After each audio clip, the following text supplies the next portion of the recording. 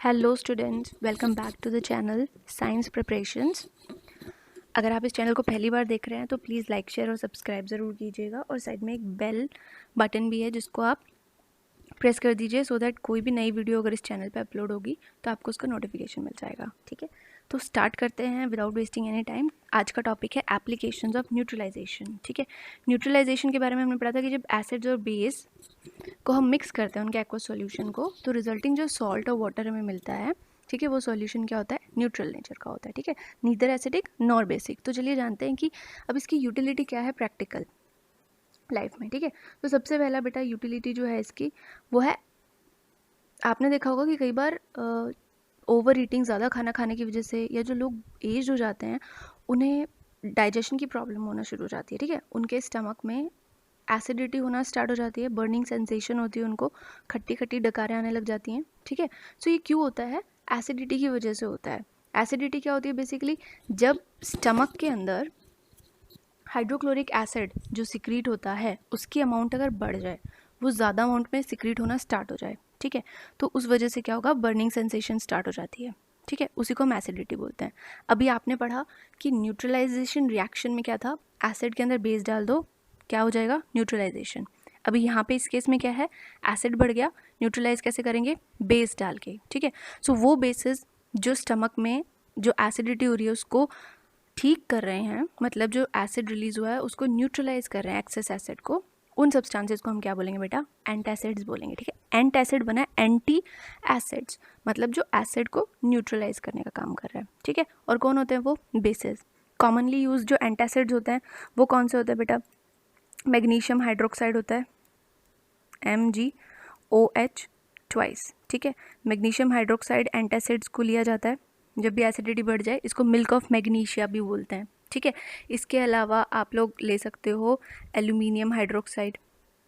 ठीक है, aluminium hydroxide भी एंटासिड की तरह बिहेव करता है। इसके अलावा आप देखते होगे कि इनो लिया जाता है, ऐड आती है ना कभी टीवी में, इनो। तो इनो के अंदर क्या होता है बेटा, सोडियम कार्बोनेट होता है, ठीक है, और सोडियम बाइकार्बोनेट होता है, NaHCO3। ये सभी क्या होते हैं बेटा, ये थोड़ा सा सही नहीं बना, इसको चलो सही से लिख देते हैं, Na2CO3। ठीक है, ऐसे सोडियम कार्बोनेट। ओके, सो ये होते हैं इंग्रेडिएंट्स इनो के अंदर। सभी के सभी क्या है बेटा, बेस हैं। बेस है तो क्या करेंगे, एक्सेस एसिड को न्यूट्रलाइज कर देंगे। ठीक है, तो कई बार आपने मेडिसिन सुनी होंगी, मार्केट में मिलती हैं, डाइजीन के नाम से भी मिलती है, जेलुसिल के नाम से भी मिलती है। सो वो सब क्या है बच्चे, वो सारे के सारे बेसिस हैं जो इन एसिड्स को न्यूट्रलाइज करते हैं, जो एक्सेस एसिड आपके स्टमक में रिलीज हो जाता है।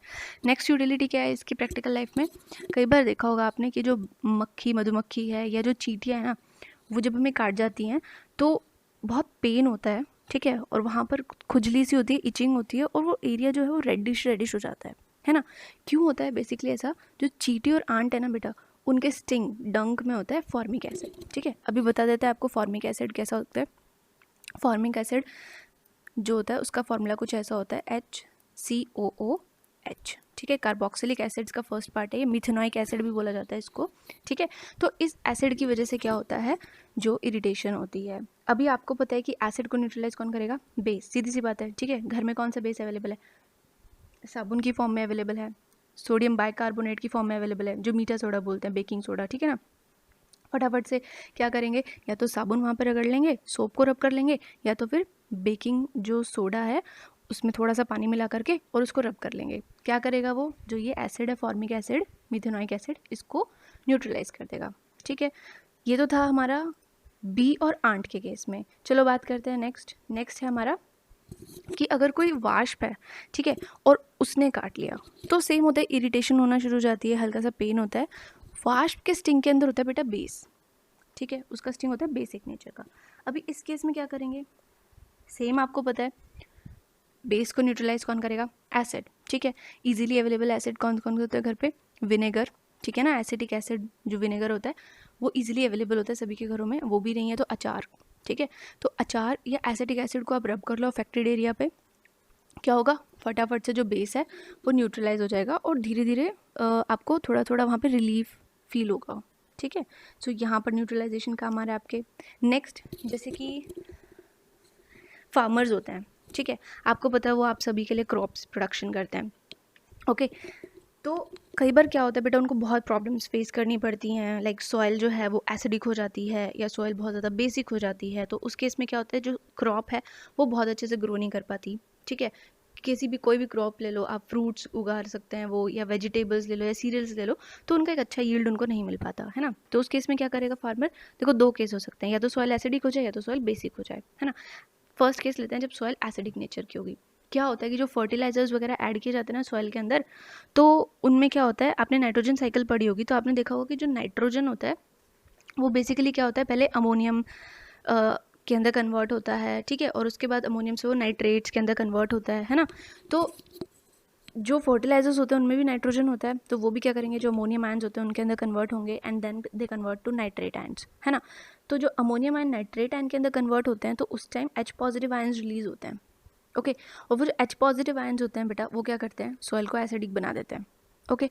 तो उस केस में जो सॉइल है वो एसिडिक हो जाएगी, और उसको हम न्यूट्रलाइज कैसे करेंगे, ऑब्वियसली हमारे पास क्या सोल्यूशन है, बेस, ठीक है। कौन सा बेस मिला सकते हैं सॉइल में, कैल्शियम ऑक्साइड, कैल्शियम हाइड्रोक्साइड, ठीक है। यहाँ पर हमारे पास है कैल्शियम ऑक्साइड, इसको हम लोग लाइम भी बोलते हैं बच्चे, ठीक है, लाइम भी बोलते हैं, कैल्शियम ऑक्साइड चूना बोलते हैं जिसको, ठीक है। कैल्शियम हाइड्रोक्साइड को हम स्लेक्ड लाइम बोलते हैं, ठीक है। तो स्लेक्ड लाइम बोले या कैल्शियम हाइड्रोक्साइड बोले, एक ही बात है, ठीक है। तो इन दोनों को या इनमें से कोई भी एक अगर हम ऐड कर दें वहाँ सॉइल के अंदर, तो क्या होगा, एक्सेस जो एसिड है वो न्यूट्रलाइज हो जाएगा, और जो हमारी सॉइल है वो रेडी हो जाएगी क्रॉप प्रोडक्शन के लिए, ठीक है। तो अभी यहाँ पर ये तो हमने पढ़ा था जब सॉइल एसिडिक हो जाए, ठीक है। अब देखते हैं कि सॉइल अगर बेसिक होगी तो क्या होगा। देखो अगर सॉइल एल्कलाइन नेचर की हो जाती है, मतलब कि उसके अंदर जो बेसिस है वो बहुत ज़्यादा मात्रा में हो जाते हैं, ठीक है, तो वो भी हमारी सॉइल जो क्रॉप प्रोडक्शन है उसके लिए अच्छी नहीं है। उस केस में क्या करेंगे बेटा, अमाउंट ऑफ फर्टिलाइजर और ऑर्गेनिक मैटर बढ़ा देंगे, ठीक है। फर्टिलाइजर्स आपको पढ़ ही लिया, फर्टिलाइजर्स क्या करते हैं, H पॉजिटिव आयन रिलीज करते हैं जब अमोनियम आयन नाइट्रेट आयन में कन्वर्ट होता है तब, है ना। तो वो H पॉजिटिव आयन क्या करेगा, जो भी बेस था, एक्सेस बेस था, उसके साथ कंबाइन होकर के वाटर फॉर्मेशन कर देगा, और जो आपकी सॉइल है वो क्या हो जाएगी, बैलेंस्ड पीएच पे आ जाएगी, ठीक है। और वहाँ पर जो क्रॉप प्रोडक्शन होगा वो बेटर होगा। समझ में आ रही है बात, ठीक है। ये तो थी प्रैक्टिकल एप्लीकेशन ऑफ न्यूट्रलाइजेशन। उसके बाद हमारे पास आता है पीएच स्केल, जो भी बहुत इंपॉर्टेंट है, और सीबीएसई के अंदर पीएच स्केल से रिलेटेड कुछ क्वेश्चंस आते हैं, तो ये आपको ज़रूर पता होना चाहिए। तो चलिए स्टार्ट करते हैं। PH scale, P stands for potence, ठीक है, जिसका मतलब होता है power, okay. So power of hydrogen, ऐसा स्केल जो हमें क्या बता रहा है, पावर ऑफ हाइड्रोजन बता रहा है, ठीक है। कैसे बता रहा है, चलो देख लेते हैं। किसी भी सॉल्यूशन के अंदर हाइड्रोजन आयन की कंसंट्रेशन जो है वो ज़्यादा है या कम है, इसके बारे में बताएगा, ठीक है। अगर ज़्यादा होगी तो ऑब्वियसली जो सोल्यूशन है वो एसिडिक होगा, अगर कम होगी तो सोल्यूशन क्या होगा, बेसिक होगा। अब चलो ये तो नई बात आ गई, पहले तो हमने कहा था कि जो OH माइनस होते हैं, जिस सब्सटेंस के अंदर OH माइनस होता है वो पानी के अंदर रिलीज़ कर देते हैं, तो वो क्या होंगे, बेस। अभी हम कह रहे हैं कि जहाँ पे H पॉजिटिव आयन की कंसंट्रेशन कम होगी उनको भी हम बेसिस कह रहे हैं। चलिए देखते हैं कि ऐसा क्यों कह रहे हैं हम लोग। सो बेसिकली पीएच स्केल क्या करता है बेटा, रिलेटिव स्ट्रेंथ मेजर करता है एसिड्स और बेसिस की, ठीक है, कि दो एसिड है उनमें से स्ट्रॉन्ग कौन सा है और वीक कौन सा है, ठीक है, या दो सोल्यूशन उसमें से एसिडिक और बेसिक कौन सा है, या दो बेसिक सोल्यूशन है उसमें से स्ट्रॉन्ग बेस कौन सा है और वीक बेस कौन सा है, ठीक है, ये हमको पता करना है। सो पीएच स्केल जो होता है बेटा, ये जाता है 0 से लेकर 14 तक, ठीक है। इसमें जो वैल्यूज़ होती है कहाँ से कहाँ तक होती हैं, इसकी वैल्यूज़ होती हैं 0 से लेकर 14 तक, ठीक है। ये जो बीच में आप 7 देख रहे हो ना, ये 7 बेटा रिप्रेजेंट करता है न्यूट्रल को, ठीक है। अगर आपने सॉल्यूशन के को मेजर कर रहे हो, आप देख रहे हो कि भाई ये एसिडिक है बेसिक है, अगर रीडिंग जो 7 आती है इसका मतलब सॉल्यूशन न्यूट्रल है, ना तो वो एसिडिक है ना तो वो बेसिक है, ठीक है। चलिए बात करते हैं यहाँ पे जो 7 से लेस होंगे। अगर 7 से लेस होते हैं 0 to 6.9, 7 से लेस तो 6.9 ले लेते हैं हम लोग, ठीक है। तो 0 to 6.9 अगर रीडिंग आती है हमारे पास, इसका मतलब सॉल्यूशन क्या है, एसिडिक है, ठीक है। अगर 7.1 से 14 तक आती है, दैट मीन्स हमारा सॉल्यूशन क्या है, बेसिक है, ठीक है भाई। समझ में आ गया कि 6.9 और 0 के बीच में क्या होगा, एसिडिक, 7.1 और 14 तक बेसिक। अभी ये कैसे पता चलेगा कि ज़्यादा एसिडिक कौन सा और कम एसिडिक कौन सा है, या ज़्यादा बेसिक कौन सा और कम बेसिक कौन सा है ना। तो चलो देखते हैं बेटा, जब हम 6.9 से इधर चलेंगे ना, लेफ्ट साइड टुवर्ड 0, ठीक है, तो एसिडिक स्ट्रेंथ इंक्रीज होती जाएगी, ओके मतलब कि अगर pH वैल्यू डिक्रीज़ हो रही है 6.9 से, सपोज हम लोग यहाँ पर आए 6, यहाँ पर आए हम लोग 5, ठीक है, फिर हम लोग आए 4, 3, 2 और 1, ठीक है, ये गैप मैंने बराबर नहीं दिया, आप लोग देख लेना। सो 6 और 5, ठीक है, तो जैसे ही वैल्यू घट गई ना इस pH स्केल की, वैसे ही एसिडिक स्ट्रेंथ इंक्रीज हो गई, ठीक है। अगर कोई सॉल्यूशन 6 रीडिंग दे रहा है और कोई सॉल्यूशन 5 रीडिंग दे रहा है, तो एसिडिक कौन सा होगा बेटा? 5 वाला ज़्यादा एसिडिक होगा एज कम्पेयर टू 6, ठीक है। सपोज दो सॉल्यूशन है, एक दे रहा है 1, दूसरा रीडिंग दे रहा है 4, तो कौन सा ज़्यादा एसिडिक होगा? The one which is giving the value 1, वो ज़्यादा एसिडिक है, ठीक है। समझ में आ रही है बात? मतलब कि एसिडिक स्ट्रेंथ जैसे ही आप लेफ्ट साइड में बढ़ोगे ना टुवर्ड 0, तो जो एसिडिक स्ट्रेंथ है वो इंक्रीज होती चली जाएगी, ठीक है। मतलब pH रीडिंग जिसकी जितनी कम, उतना ही एसिडिक स्ट्रेंथ उस सब्सटेंस की ज़्यादा है। समझ में आ रही है? मैक्सिमम 0 पे, ठीक है। नेक्स्ट बेसिक की देखते हैं। 7.1 से बेटा जब हम 14 की तरफ जाते हैं ना, तो बेसिक स्ट्रेंथ इंक्रीज होती है। इसका मतलब अगर हम 8 पे आए, 9 पे आए, ठीक है, 10 पे हैं, 11 है, ठीक है, 12 है और 13 पे हैं, ठीक है। तो दो सॉल्यूशन में से एक दे रहा है 8 रीडिंग और एक दे रहा है 13 रीडिंग, तो कौन सा ज़्यादा बेसिक होगा बेटा? जो 13 वैल्यू दे रहा है ना वो ज़्यादा बेसिक होगा, ठीक है। मतलब कि जैसे जैसे आप 14 की तरफ मूव करते जाओगे ना राइट साइड में, तो वैसे वैसे क्या होगा? बेस की स्ट्रेंथ इंक्रीज होती चली जाएगी। तो हम सिंपल यहाँ से जान सकते हैं कि अगर pH वैल्यू 7 से कम है तो एसिडिक होगा, और जितनी ज़्यादा कम होती चली जाएगी उतनी ही एसिडिक स्ट्रेंथ बढ़ती चली जाएगी, ओके। अगर pH वैल्यू 7 से ज़्यादा है, 7 से ज़्यादा है, ठीक है, तो स्ट्रेंथ क्या है? बेसिक। सॉल्यूशन क्या होगा? बेसिक। और जितना ज़्यादा pH की वैल्यू होती चली जाएगी उतना ही सॉल्यूशन ज़्यादा स्ट्रॉन्ग बेस होता चला जाएगा। समझ में आ रही बात इतनी? ठीक है, चलो यहाँ पे देखते हैं pH कैलकुलेट करने का फॉर्मूला क्या होता है। pH, P stands for power, power of hydrogen, मतलब कि हाइड्रोजन की कंसंट्रेशन हमको देखनी है, ठीक है। तो सपोज यहाँ पे देखो pH का फॉर्मूला होता है pH is equal to negative logarithm of concentration of H positive ion, ठीक है। H पॉजिटिव आयन की नेगेटिव लॉगरिथम लेना है हमको। मान लो यहाँ पर इसको हम सिंप्लीफाई कर देते हैं बेटा, जब भी हम लॉग ऐसे लेते हैं ना, सपोज ये है pH is equal to negative log था, इसको हम यहाँ पर ले जाते हैं तो ये पावर ऑफ हाइड्रोजन बन जाएगा, ठीक है। इसको हम लिख सकते हैं log ऑफ H पॉजिटिव की पावर -1, ठीक है। आपको पता है पावर -1 में होती है तो वो चीज़ डिवाइड में आ जाती है, तो इसको हमने लिख दिया ऐसे, log of 1 by H positive ion की कंसंट्रेशन लिख दिया, ठीक है। अब यहाँ से जानो, देखो हमने लिखा है डिवाइड में H पॉजिटिव, है ना। अगर H पॉजिटिव की कंसंट्रेशन ज़्यादा होगी तो pH वैल्यू कम आएगी। आपने पढ़ा होगा अगर डिनोमिनेटर की वैल्यू ज़्यादा है तो रिजल्टिंग जो आंसर होगा उसकी वैल्यू क्या आएगी? कम आएगी, ठीक है। यहाँ पे पढ़ लेते हैं, देखते हैं कैसे करेंगे। Suppose x is equal to 2/10 और यहाँ पे x2 इज इक्वल टू 2/4, ठीक है। यहाँ पे क्या आएगी बेटा? 1/5, ठीक है। यहाँ पे कितनी आएगी बेटा? 1/2, ठीक है। यहाँ पे वैल्यू कितनी है देखो, इसको अगर मैं सिंप्लीफाई करूँ 0.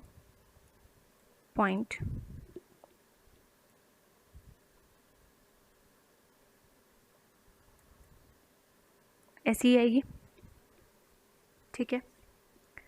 यहाँ पर देखते हैं वैल्यू कितनी आएगी, 0.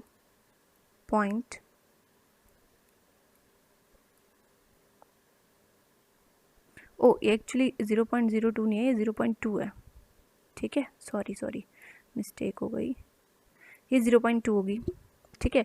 और ये 0. यहाँ पर देखो 0.5, वैल्यू बड़ी कौन सी है? ऑब्वियसली 0.5 जो है वो बड़ी है, ठीक है, और 0.2 जो है वो छोटी है। जिसका डिनोमिनेटर बड़ा है वो वैल्यू क्या आएगी? छोटी। जिसका डिनोमिनेटर छोटा है, देखो न्यूमरेटर दोनों में सेम है, ठीक है, ये कंडीशन भी अप्लाई हो रही है। अगर डिनोमिनेटर कम है तो बेटा वैल्यू क्या आ रही है? ज़्यादा आ रही है ना। तो सिमिलरली यहाँ पर भी ये डिवाइड में है, आप समझ सकते हो कि अगर H पॉजिटिव आयन की कंसंट्रेशन बढ़ेगी, मतलब सॉल्यूशन ज़्यादा एसिडिक होगा, तो pH की वैल्यू क्या होती चली जाएगी? डिक्रीज होती चली जाएगी, ठीक है। अगर H पॉजिटिव की कंसंट्रेशन कम होती चली गई तो pH वैल्यू क्या हो जाएगी? ज़्यादा हो जाएगी, ठीक है, समझ में आ रहा है। चलो यहाँ पर देखते हैं, इसको इरेज कर देते हैं एक बार, ठीक है। चलो अब यहाँ पर देखते हैं pH, ये बहुत इंपॉर्टेंट है जो आपको याद रखना है क्वेश्चंस को सॉल्व करते टाइम। अगर pH वैल्यू लेस देन 7 है तो सॉल्यूशन कैसा होगा बेटा, एसिडिक। अगर ग्रेटर देन 7 हो गई तो बेसिक, और अगर इक्वल टू 7 है तो न्यूट्रल, ठीक है, याद रहेगी ये चीज़ आपको। pH इक्वल टू 7 है तो न्यूट्रल, बिलो 7 है तो एसिडिक, अबव 7 हो गया तो बेसिक, ठीक है। अच्छा, अभी हम लोग कह रहे थे कि बेस के अंदर तो OH नेगेटिव आयन होते हैं, है ना, तो फिर उसके OH नेगेटिव आयन है तो H पॉजिटिव के बेसिस पे कैसे हम pH निकाल सकते हैं, ठीक है। तो बेटा जैसे हम H पॉजिटिव की कंसंट्रेशन निकालते हैं ना इस फॉर्मूले से, सेम फॉर्मूला हमारे पास होता है POH निकालने का, ठीक है, पावर ऑफ हाइड्रोक्साइड आयन। इसका भी सेम क्या रहता है, minus log of concentration of OH negative ion, ठीक है। सेम इसी तरीके से निकालेंगे, लेकिन एक और चीज़ भी है जो आपको ध्यान में रखनी है यहाँ पे। वेयर इज द कर्सर, ये गुम हो जाता है।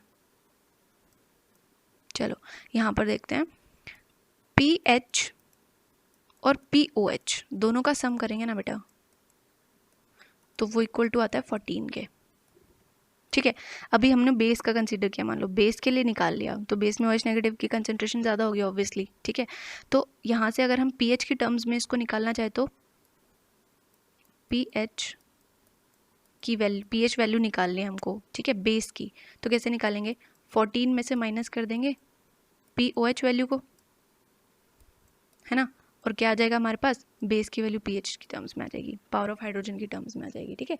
दूसरी बात यहाँ पर क्या होती है बेटा कि जो बेसेस होते हैं ना, जब हम बात करते हैं, मान लो हमने ले लिया कि कोई एसिड है, ठीक है, और बेस है, ओके, हमने इनका सॉल्यूशन ले लिया। अब एसिड जो है हमारे पास वो ज़्यादा अमाउंट में है और बेस जो है वो कम अमाउंट में है, ठीक है। तो कुछ जो उस सॉल्यूशन के अंदर क्या होगा, H पॉजिटिव आयन्स भी प्रेजेंट है और OH नेगेटिव आयन्स भी प्रेजेंट है, ओके। बट जो amount of H positive ion है वो क्या है बेटा, ज़्यादा है ना, डोमिनेटिंग है। तो ओवरऑल जो pH आएगा वो कैसा आएगा, एसिडिक नेचर का आएगा, दो वहाँ पे हाइड्रोक्साइड आयन भी प्रेजेंट है ना। सिमिलरली अगर बेसेस लेते हैं हम लोग, मान लो अमाउंट ऑफ बेस ज़्यादा है, ठीक है, और उसमें हम थोड़ा सा एसिड मिला दें, तो उस केस में क्या हो रहा है, H पॉजिटिव आयन्स भी वहाँ पर हैं, लेकिन amount of OH negative ions जो है वो ज़्यादा है ना।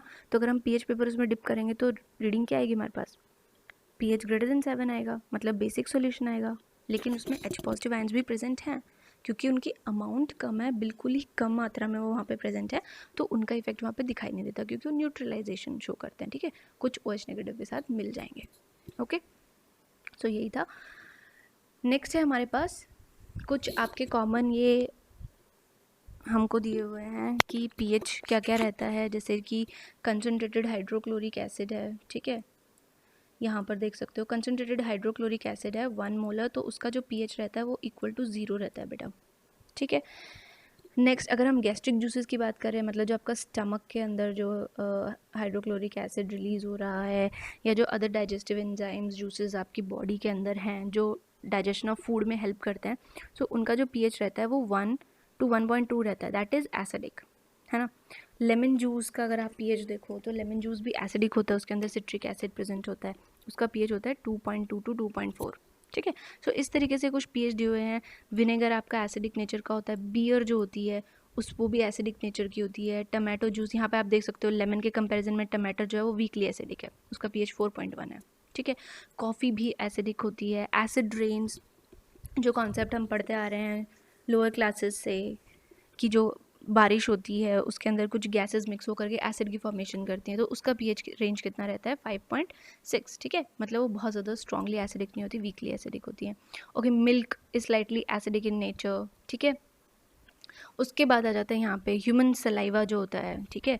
तो ये जो सलाइवा होता है मुंह के अंदर, अच्छा इसके ना दो टाइप के होते हैं, क्योंकि अगर हम खाना नहीं खाते हैं तो उस केस में ये अल्कलाइन नेचर का होता है, और खाना खाने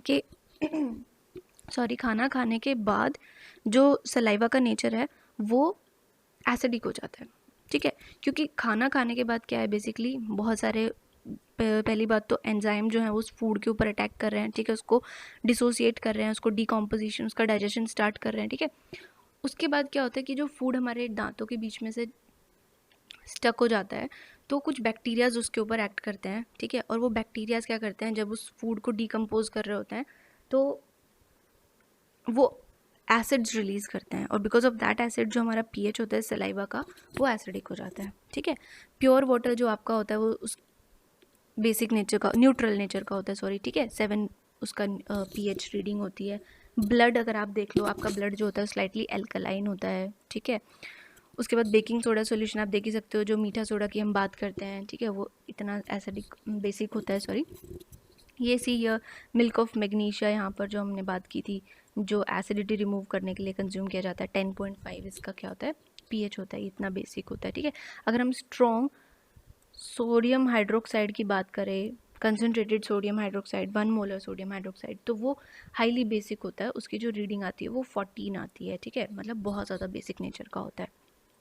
ऑलराइट, सो नेक्स्ट हम बात करते हैं universal indicator. Just like pH scale, universal indicator की हेल्प से भी हम लोग आइडेंटिफाई कर सकते हैं कि सॉल्यूशन एसिडिक है या बेसिक है, ठीक है। लेकिन इसकी हेल्प से हम एक और चीज़ पता कर सकते हैं, ठीक है। इसकी क्या करता है बेटा, कलर्स एग्जिबिट करता है, क्योंकि ये मिक्सचर होता है सेवरल डाइज का, बहुत सारी डाइज होती हैं, बहुत सारे इंडिकेटर्स होते हैं जिनके सॉल्यूशंस को मिक्स करके इसको प्रिपेयर किया जाता है।